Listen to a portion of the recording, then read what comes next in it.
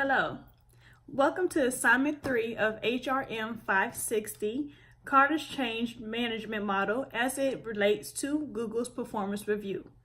Google's annual performance review cycle is made up of two parts, a preview which occurs in the first semester, and a complete review that happens between October and November, and which happens concurrently with the company's 360-degree feedback collection process.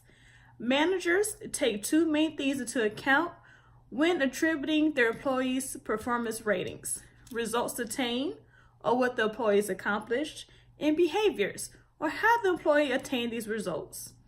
The employee starts with a self-assessment, which is followed by a peer review, whose authors are only visible to the managers.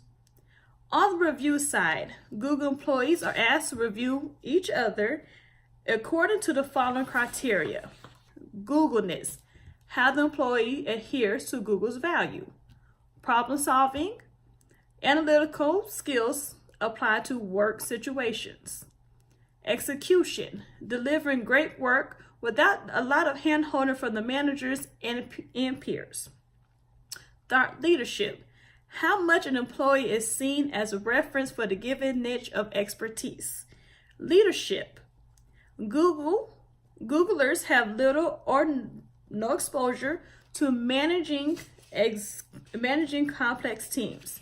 Everyone is required, nonetheless, to show emerging leadership skills such as taking the lead of problems and projects, being proactive, and owning results personally. Presence is the employee's ability to make himself heard in an increasingly large organization and intimately related to emerging leadership. The first step in this process is self-evaluation.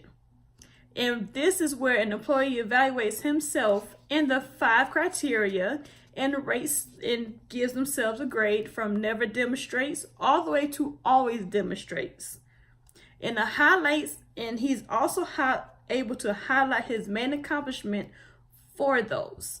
These accomplishments will appear in the next step, which is the 360-degree review, to the reviewing peers, who would then be asked to assess their proximity with these projects and the reviewees' impact on their results. The 360-degree feedback is a process that starts with a back and forth between the employee and the manager to pick a representative out of fair samples of peers to participate. The employee suggests a short list that is discussed and validated with the manager, taking into account how close the peer was to the employee's contribution and how well she can assess the employee's performance. Carter's 8 steps as it relates to Google's change is simply this. Step 1, we need to create a sense of urgency. Google understands that compensation-focused employees, whether compensated expectations were met or not met or exceeded, are not good listeners of feedback. According to a case study called Culture Rocks Performance Management at Google, negative dynamics exist when managers sit down to give employees their annual review and salary increase.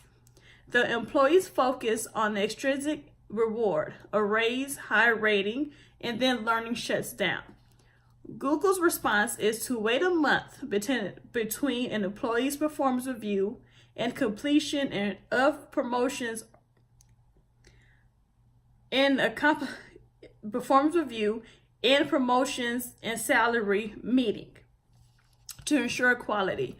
My plan is not to make an employee wait that long to receive feedback regarding their review and salary increase. The employee has already waited a lengthy amount of time during the application process and a year for a review. There is no real reason to continue to make the employees wait. Step 2, creating a coalition.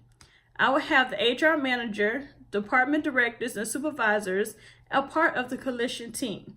These will be people that have displayed true leadership and trust within their department amongst their peers. All of these individuals play a vital role in the performance review at Google. Step 3, creating a vision. The vision of a change would have to be that we need to eliminate waiting eliminate the waiting time to have the salary increase and promotion meetings with the employees. These employees have worked hard and for many have performed well above average. The time between the annual review and the salary and promotion meetings should be no longer than 2 weeks. Communicate the vision. I will communicate the vision with the CEO, CFO, Vice President, President, HR Director, and stakeholders via every 3 months. I will implement the different phases of when the annual review takes place, promotion and salary reviews, and when should be reflected in the employee's pay. Phase 1 meeting will be done no later than the second week of March. In this meeting, we will establish a date to when the departments and managers would need to start having meetings with employees regarding their annual review. HR would give each department a deadline of when those would need to be completed and submitted. The next phase meeting will occur in June. In this meeting, the deadline of when the promotion, salary reviews, and merit increases will also be established. Also, the deadline of when the directors submit the reviews will be established as well. Finally, the last meeting will take place in September. The meeting will put all 3 deadlines together and include when the pay increases, if applicable, will be reflected in the employee's pay. Step 5, removing obstacles. Between the meetings occurring every 3 months, I will meet with each department director and or supervisor and follow up with them to make sure everything is running smoothly. If the deadlines are too short and a department director or supervisor is having difficulties completing review in the specific timeline, we will make an adjustment to meet their needs if it is a circumstance out of their control. Step 6, there will be incentives for the department who can meet the deadlines that have been established for the reviews and meetings. We will have half days, catered lunch, department outings. Even though management are the ones that are doing the reviews, the employees are the ones who are keeping management employed. Step 7, after the first year of implemented change, we will send out satisfaction surveys to the employees about what they did and did not like. If the time between the annual reviews, promotion, salary meetings, and the reflection on the checks are suffice, we will take that into consideration. From the survey, we would take the information and either adjust or eliminate accordingly.